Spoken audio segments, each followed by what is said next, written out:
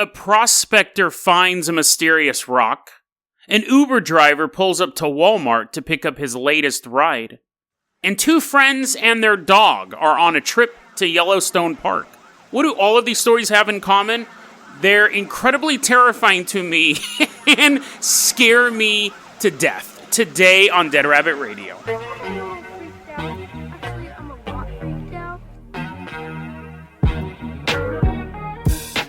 Hey everyone, welcome back to another episode of Dead Rabbit Radio. I'm your host, Jason Carpenter. I'm having a great day. A little asterisk next to that one.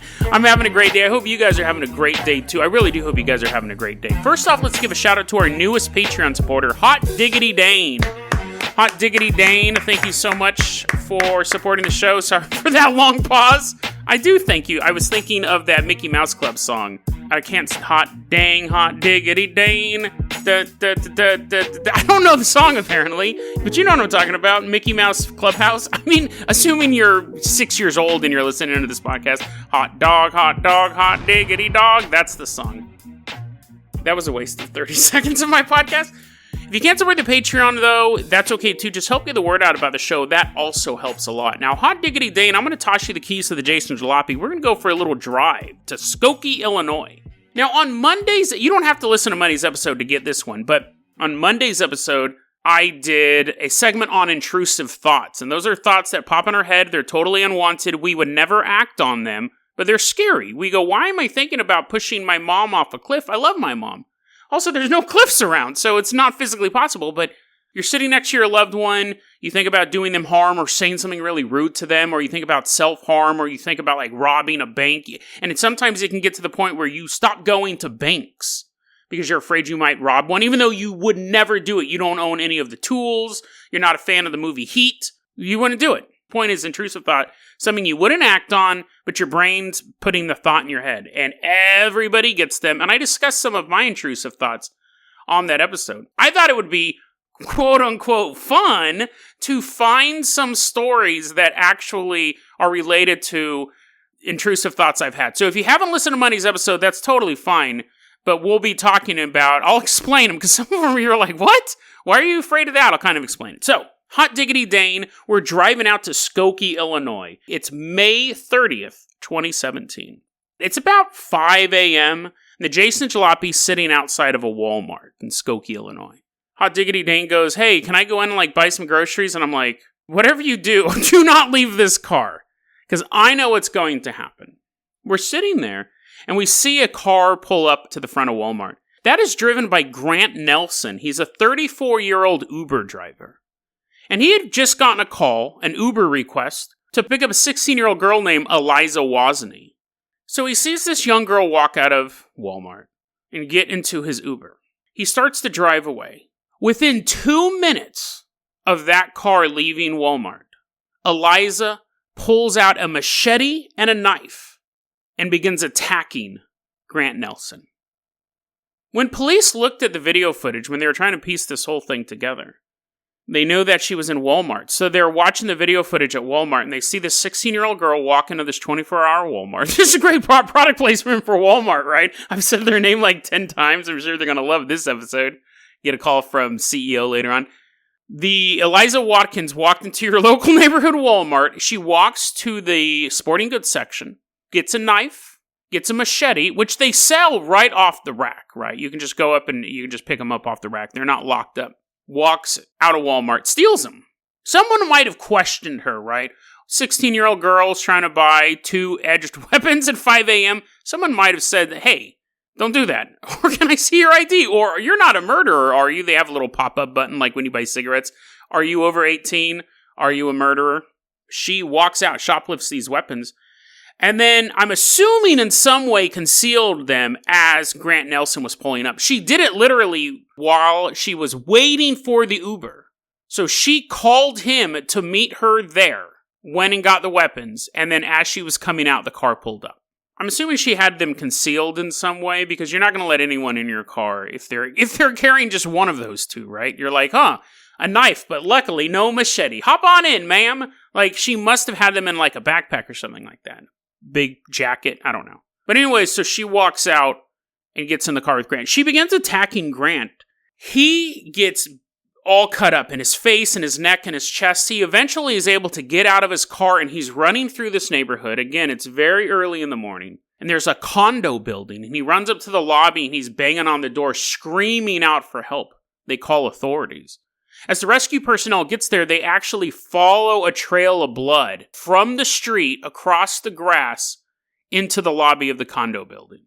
Car is gone. So now the police are looking for the car. They actually find it a couple blocks away. It was crashed. So the cops find this car that's been crashed. No one is in the car, but Grant's cell phone is there. And right on the cell phone, it shows that he had picked up a fare just a couple minutes ago under the name Eliza Wasni. The cops are now looking for her. They find her hiding behind an office building, covered in blood, still gripping her knife and machete. Grant Nelson died the next day. He didn't make it. I mean, he was pretty badly injured. The cops ask Eliza why she did it, and she's like, I don't know. I don't know why I did it. And they're like, you obviously had this planned. You went into Walmart and you shoplifted this stuff and you called the Uber driver. Why would you do it? She's like, I don't know. I don't know why I did it. Fast forward 3 years later, August 2020. This recently just had a new development. She's sentenced to 27 years for murder. 16-year-old girl is now going to be in prison for 27 years. Lawyers ask, why'd you do it? Judge asked, why you do it? Psychologist asked, why you do it? Every time she answers the same thing. I don't know. That terrifies me at the most core level of my being. That was one of my intrusive thoughts, was people just snapping. I've never, ever snapped. I've been in a lot of fights, and I talked about this. I've been in a lot of fights in my life, from about age 6 to about 36. I was always getting in fist fights. I've been in fights my entire life. Then I ran out of people to fight when I moved. I no longer lived in bad neighborhoods. I don't fight anymore. But then I go start doing Brazilian Jiu-Jitsu and stuff like that. That's fine. Maybe not if you're anti-street fighting, which is how I engaged in it for 30 years of my life. But I've never lost control. I've never, ever lost control. The idea of people snapping and losing control and not knowing why they do something terrifies me. Because I always think, well, if that happened to them, what if it could happen to me? But you have to think, like, obviously there's stuff like chemicals sometimes involved, falling into a vat of chemicals and becoming the Joker. Sometimes there's drugs involved, alcoholism involved. Sometimes you can look at supernatural causes like demon possession. Those stories really scare me because it's about losing control. So I don't drink. I don't do drugs. I drink super rarely. Super, super rarely. Couple times a year, maybe. And I'll drink a beer and I'll be like, oh, that's it. That's it. My vision's getting hazy. I'm not in control anymore. It's very, very, I think I have OCD from my fear of alcohol equals alcoholism and alcoholism equals losing control. It's this whole thing. And I did talk about it a lot on the Monday episode, but you didn't have to listen to that one. But the idea, that stuff scares me, but the idea of somebody just one day waking up and deciding to murder somebody absolutely terrifies me. It terrifies me on two levels. One of thinking, could that happen to me? Now, this person may have had a lifelong mental illnesses, but they don't, I mean, again, they look at all the paperwork, they're like, we don't know why she did it. It wasn't even like, I wanted to know what it was like to kill someone. That stupid edgelord excuse. She never reveals it. Spooky, man. It's also scary for the victims. Right? I could be on the other side of the coin. I could be like, I'm totally calm and peaceful. Oh, look, there's a 16-year-old girl walking by this coffee shop. And then I just get chopped up, dude. That's actually, to me, less scary because I think I could take her. Not in a car. See, your defensive options are really limited in a car. But, oh, man, I don't think I could be an Uber driver. We were always told not to pick up strangers and stuff like that. And now most people have jobs where they do it. Taxi cabs have kind of done that. Actually, that's the definition of a taxi cab. They're like seasoned veterans of the taxi industry.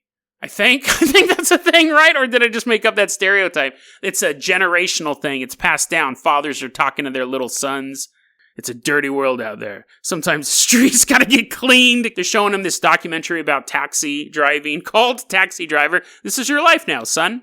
So both of those, that scares me on just a core level. The idea of being able to snap like that. Because I've never done that. I've gotten mad, obviously, before, and I've been thinking, dude, I'm about to knock this dude out. But I'll always try to use my words first. And I've never gotten so mad that I've acted out physically. Never. gotten so mad that I've punched somebody out of anger. It's always out of this situation. The talking has ended. This situation now has only one way to be resolved. It's very, very calm. Because people who get mad and fight lose fights. And that was an early lesson I learned. Actually, now that I say that, when I was this is funny, in a little self-therapy, when I was a little kid, you get so mad, I would start fighting other little kids. And I wonder if and I stopped doing that because I was constantly losing fights. I was a big kid too, so I was strong, but if you get mad during the fight, you lose. If you're calm during the fight, you have a better chance of winning. It's not guaranteed, obviously. I'm not saying if you're calm, you pick a fight with Mike Tyson, you're like, oh, I got this, guys. I've been drinking green tea all day. It's still a risk, but it's a more calculated risk. So anyways, the idea of losing control terrifies me. Maybe that's why I was never a fan of the Incredible Hulk as well. Let's go ahead and move on to our next story. Hot diggity Dane, we are going to hop in a new vehicle I just invented, the Wabbit Wagon. It's an old stagecoach with horses and stuff like that. Hot diggity Dane's like, dang it, dude, this vehicle sucks. It's super slow, and I gotta feed the horses. I'm like, they're cool. Just feed them a couple carrots. Make sure they don't bite your fingers off.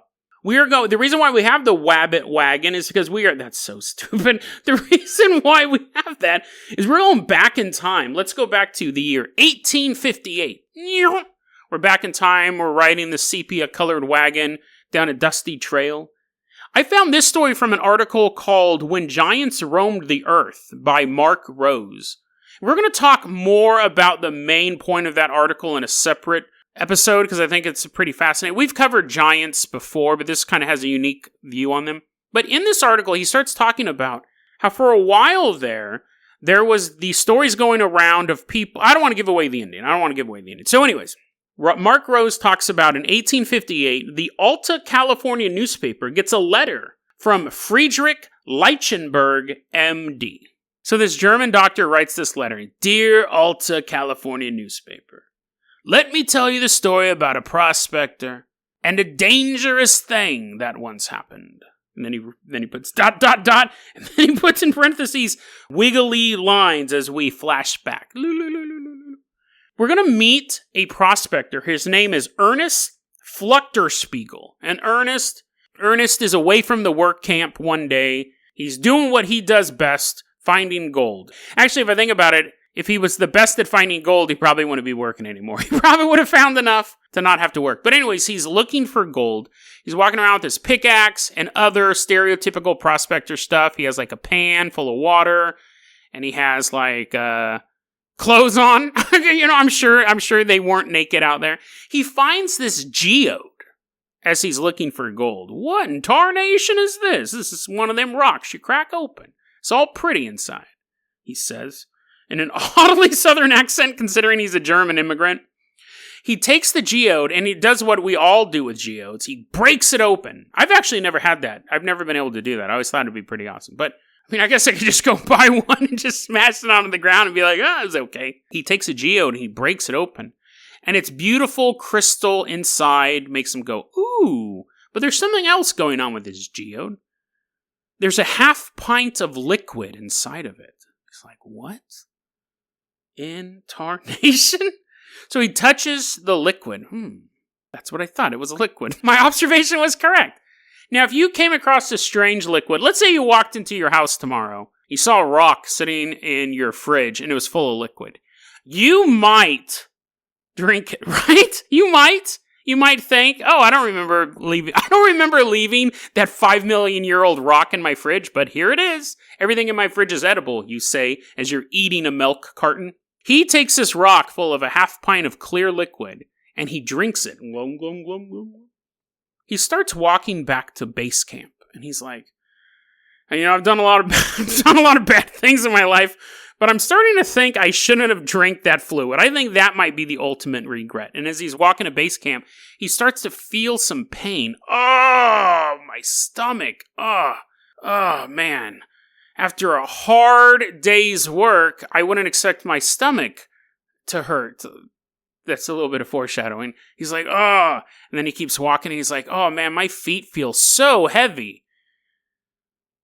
I think I've run out of puns. I think I've run out of rock puns. He gets to the base camp. That was it. That was the only two he could come up with. It was like a 5-mile journey. He's thinking, do you want rocks in my socks? Is that a pun? No. Rocks in my brain? Is that I don't know. Anyways, he can't come up with any either. By the time he gets to base camp, he's walking super stiff. People think it's Frankenstein attack, but it's not. It's just this guy, Ernest, walking up to them. And he's like, guys, help me. I think I'm turning into a rock. And they're like, what? Which would be the only way to react to that. So, hey, Jerry, how's it going? Oh, it's going great, but I might be turning into a stalactite. What?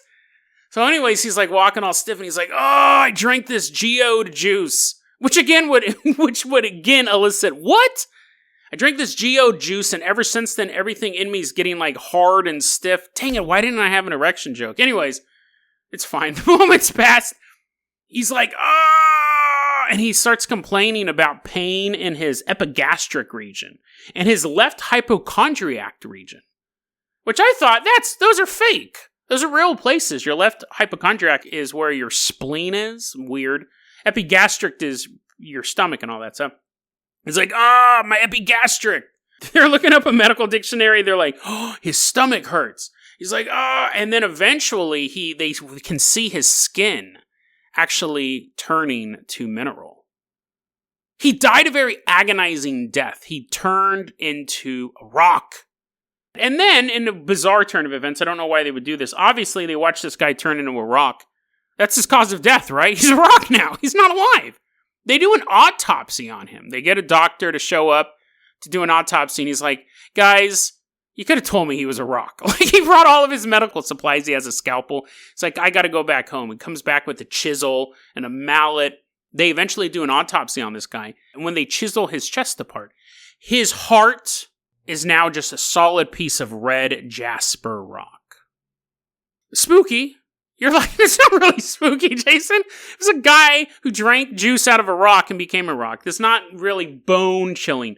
Well, if you'll remember my Monday episode, one of the weird intrusive thoughts that I've had was, I want to eat. If I go into a Wiccan magic store and I see, it's super specific. If I go into like a magic supply store, if I see polished rocks, I want to swallow them. Here's the thing. I don't want to swallow them. But my brain goes, dude, you totally want to swallow those things, don't you? And I'd be like, no, I don't. And they're like, yeah, you do. Come on. You can swallow at least one of them. They totally wouldn't hurt you. I never have. That's the thing with an intrusive thought. It makes you think like, oh, I want to just yell at this person. They're irritating me so much. But then you're like, no, this person I really love a lot. Why am I having these negative thoughts about a person that I love and care about? It's like that, but with me and magical rocks. I don't know where it came from. I remember the first time it happened, I was at a magical supply store buying books or tarot cards or something like that. And I was like, oh, dude, those rocks, you should eat those rocks. I mean, it's super bizarre. And it happened every single time I went into that store. And then I would go into other magical supply stores and I would see a bunch of rocks and I'd be like, I don't want to eat those. But see, it would become, here's the thing, because I think I already mentioned this. If you let the intrusive thought grow and grow, it becomes OCD, it becomes obsessive compulsive disorder. So there is a possibility where I say, I don't go into magic stores anymore. One, because, it's a waste of money. But two, you're afraid if you go in there, you're going to swallow rocks. I never have, and I actually just kept going to the stores. It was basically like, and I kept spending my money. But it was one of those things like I could have developed a fear of magic witchcraft stores and had more money, or I could have just said, it's just a stupid thought. I would never actually do that. I didn't know what the term was back then. I know now it's an intrusive thought, but this story's super spooky to me because it involves a guy ingesting a rock. It involves a guy finding a beautiful rock and wanting to swallow it. Now, this one was just the juice, but that's a matter of semantics. Like, it's rocks. It's rocks all the way down. This story, I shouldn't have to add to this point. The story, as cool as it is totally fake. It's a fake story. It was a joke. The doctor didn't exist. The dude didn't exist. I knew that when I was reading the story. That's why I thought epigastric and left hypochondriac. I thought those were terms that the fake doctor was using to see if the editor of the newspaper was smart enough. Those are actual terms. But the story never happened. It was a story, the doctor didn't exist, Ernest Spiegel, or whatever his name was. Doesn't matter, I'm not insulting him, he's a fictional character, doesn't exist. There was a time, you can do it these days, it's still absolutely hilarious, but there was a time where it was all the rage to make up news stories about petrified people. Mark Twain did it, Master Troll did it, and make up stories about giants. There's a lot of people saying, I found the giant out. It was totally made up. It was totally made up. Not all giant skeletons were fictional, but most of them were. There's stories about giant skeletons going way back into antiquity, and we'll cover some of those too, but this was fake. And most of the stories when people go, there's reports of giants in the 1850s, they were just fake. There's yellow journalism is the term. But still, I saw this story and I was like, yeah, stupid. What are the chances of me coming across a story where a dude eats a rock? Again, I was researching something else and found this story and I go, there we go. That goes in my bone-chilling episode that everyone else is like, dude, that's obviously fake. This is an intrusive thought, but I also have a fear of becoming a statue or a tree. Like ever since I was a little kid, I saw an episode of Doctor Who, which apparently never existed. I saw an episode of Doctor Who. I think I've talked about this before. When I was a kid and my dad watched a ton of sci-fi, we watched an episode of Doctor Who and it was like 4 or 5 different doctors. It was the first, this is like in the 80s because I'm like 43. It was like the first couple doctors. It was the first time that multiple doctors had been in a show together and the bad guy was trying to find the secret to immortality and all the doctors are trying to stop him because this guy couldn't have that ability. They're like, that's only for us, Doctor Who's. And he ends up getting to this alien lair and he finds out that the secret to immortality is he becomes a statue, a sentient statue frozen in place forever. He'll never die now. But they show him freezing and he's screaming, no, this isn't what I meant. I should have read the fine print. No! And the 4 or 5 doctors, whoever was there, looked at him and they just walked away. Like, they weren't going to rescue this dude. He was trapped until the end of time, till the heat death of the universe. He would be a statue frozen in place. His mind still thinks, but his eyes shut. His soul trapped in cement. I had to have been, that was probably like in the mid 80s, 86, 88. I would have been like 10, 11 years old. Absolutely terrified me. And I've tried looking for that. Apparently that movie's never existed. I've even talked about it on this show, and I've had some of you guys try to go, was this it? No. It never existed. Childhood fear of mine, even to this day. Be turning into a statue. And now we got this guy drinking a geode. It's like 2 things combined into one. Hot Diggity Dane is like, seriously, dude? This is the episode I'm in? The episode where you keep going, oh, that's spooky. And it's a fake letter about a guy who turned into a statue? But Hot Diggity Dane is a trooper just like the rest of you. We got one more of these to cover. Let's hop in that Carpenter copter. Hot Diggity Dane, we are leaving behind old-timey California. We are headed out to Yellowstone National Park. Helicopter is flying over the vents. It's July 20th, 1981. David Allen Kerwin, he's 24 years old, and his friend Ronald Ratliff are driving around and they say, hey, let's swing by Yellowstone. They're on a road trip. Let's swing by Yellowstone. Let's go see what all this hot water is all about. We don't have that where we live. It's all cold water. And Ratliff's dog, Moosey, is also there. So they got their dog in the back of the truck. These 2 guys pull up to the Celestine Pool. The pickup truck stops and they open the doors and Moosey jumps out of the car and starts running. That's what dogs will do, right? Most dogs won't do this, though. He then jumped into Celestine Pool. 200 degrees Fahrenheit boiling water. Because the elevation, the water boils at like 190 or something up there. So that's horrible, right? But that's not the end of the story. Ronald and David pursue the dog. And they get to the pool and the dog is in the boiling water. Now it's middle of the day. There's a bunch of people there and everyone's freaking out about what's going on. But then something happens that makes everyone's attention turn from the dog to David. David begins to motion like he's going to jump into the pool of boiling water to save the dog. Onlookers begin screaming at him, don't do it! Don't do it! And he's taken a couple steps back like he's going to run and jump. And Ronald turns to his friend and says, don't do it. Don't go in there. And David says, like hell I won't. And he jumps headfirst into the boiling water. I mentioned on Monday's episode this weird thing about pouring boiling water on myself. I've never done it. I would never want to do it. When I'm boiling water, I think, I just pour it on my head. Intrusive thought. If someone else poured it on me, I'm not going to have a great day, but that doesn't scare me. And like I said, if someone forces me to pour it on me, it doesn't bug me either. It has to be it's a weird quirk. It has to be me willingly pouring boiling water on myself. Very bizarre thing. So he jumps into the boiling water. It's so funny. I knew this story by heart. I went and got a single source for this story. I knew the story by heart. I'd read it years ago. I'm not even looking at my notes other than to remember the dudes' names and the dates. I remember everything about the story from the time I read it because it terrified me. He jumps into the boiling water and the people are now speechless. Nobody knows what's going to happen next. And they see Ronald. He swims through the water and he grabs Moosey. He gets a hold of the dog. But then David goes underwater, completely underwater. And then they see the dog start to drift away. So they realize that he's no longer holding on to the dog. He's most likely dead at this point. David resurfaces, though, and he's swimming through this boiling water. He gets to the shore. He can't get out of the water completely. Ronald runs over to help him out. Ronald actually gets second-degree burns on his feet from the scalding water. They pull David out, and he says, "That was stupid. How bad am I? That was a stupid thing I did." He's completely blind. He can't see what's going on with his body. And his burns are so intense, he can't feel anything either. He has suffered third-degree burns over 100% of his body. That's your butthole is burned. That's the inside of your nostrils burned. That's every single inch of his body was completely blistered and peeling. The muscles had started to cook.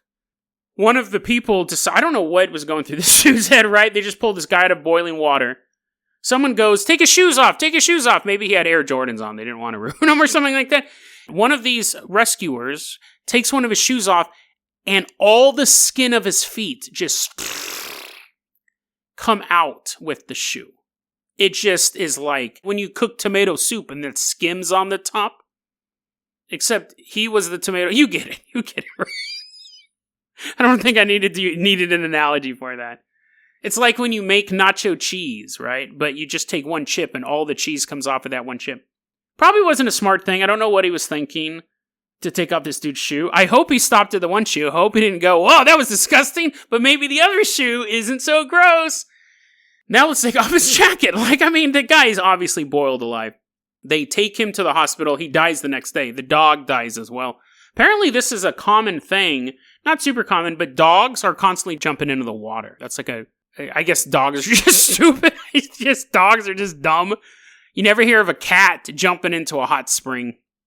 But, that story, I remember reading that story years ago, and I was like, Again, I get it, you wanting to... First off, it wasn't even his dog. It was Ronald's dog, right? But secondly, if I saw a dog jump in boiling water, it's not going to be the highlight of my week. Obviously, I'm going to be pretty bummed out. I would not in a million years jump into boiling water. I don't even know if I'd jump into boiling water for a close friend of mine, right? Because at a certain point, I had the opportunity once to... I don't want to get into that story, but... I've had to put myself in situations where I may have gotten badly burned by flame, but I don't know.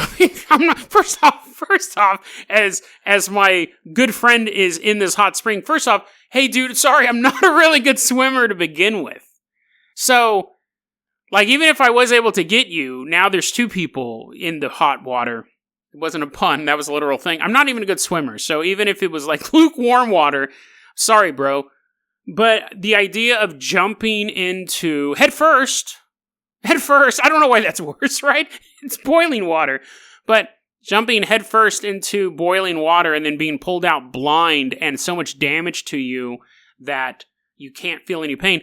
It just terrifies me, man. The stories actually make me a little sick to my stomach. It's really weird. Now, I know I run the risk of people now just sending me tons of stories about people boiling alive. Again, it doesn't bug me. It has to be a very specific thing where you do it on purpose of your own free will. That's what's terrifying to me. And I think all of those stories, the eating the rock or drinking the fluid, the Uber driver or the girl in particular, and the jumping in boiling water, they all play into the same thing, losing control. One of them is a mental losing control, where she just snaps one day. Nobody knows why she did it. She may not even know why she did it, which is more terrifying. The other two are losing physical control. One guy literally turned into a rock and lost control over his body. That was fake, though, but it's still spooky. It's still spooky. This other one, he tried to be a hero and ended up dying, which is one of the ultimate ways you lose control, right? Because you kind of now no longer have a body. I don't know, maybe it's totally awesome floating around and stuff like that, being a ghost, but I don't know. I love being alive. So yeah, all of these stories play into that idea of losing control, or even just being so badly burned you can't even feel any sensation. The skin of your foot could kind of just slough off and you not even realize it. You're like, oh, why is that guy holding my shoe? Why is that guy holding my shoe full of lasagna? When did he bring lasagna? Oh, wait, I can't see, so I couldn't even see it. But these are all utterly terrifying stories to me in one way or the other. I really have no other way to end this episode other than, one, if you have intrusive thoughts, they're totally normal. Again, I want to hit that home because a lot of people suffer in silence, and a lot of people think that they're mean people, that they're evil people. How could I think these thoughts about people I love? How could I think these thoughts about myself? They're totally normal. They're unwanted thoughts. If you are walking around and you want to put boiling water on your head and you can't wait till you get and find a cauldron big enough for you, that's something you need to address with a psychiatrist, right? If you love shoplifting knives at Walmart and you can't wait until Uber's available in your area, that's something you address with a psychiatrist. But when you're sitting next to someone and you have a thought where you just want to scream in their face and tell them to shut up, or you want to harm yourself or harm someone else, but you would never do those things, you get these thoughts, totally normal. Just roll with them, just acknowledge what they are, say they're intrusive thoughts, I'm not going crazy, and you'll be surprised how less scary things will be. Unless your job is finding spooky stories to talk about, and then you decide to use yourself as an example. And hopefully, these 2 episodes have helped you. I really kind of put myself on the line for these. I think they're fairly funny, but I'm putting myself out there. Hope you guys are able to go, hey, I've had thoughts like that. Maybe not as ridiculous as eating rocks, but I'm okay. I'm okay. I know what they are now, and I hope these 2 episodes are able to help you find a little bit of humor in something that 95% of the world population deals with. You are not going crazy. It's totally normal. DeadRabbitRadio@gmail.com is going to be our email address. You can also hit us up at Facebook.com/DeadRabbitRadio. Twitter is @DeadRabbitRadio. Dead Rabbit Radio is the daily paranormal conspiracy and true crime podcast. You don't have to listen to it every day, but I'm glad you listened to it today. Have a great day, guys. I'm actually going to go cook some soup right now. Some boiling hot soup. That's not a joke. I'm starving. I'm going to eat some soup. I love you guys. Have a great one.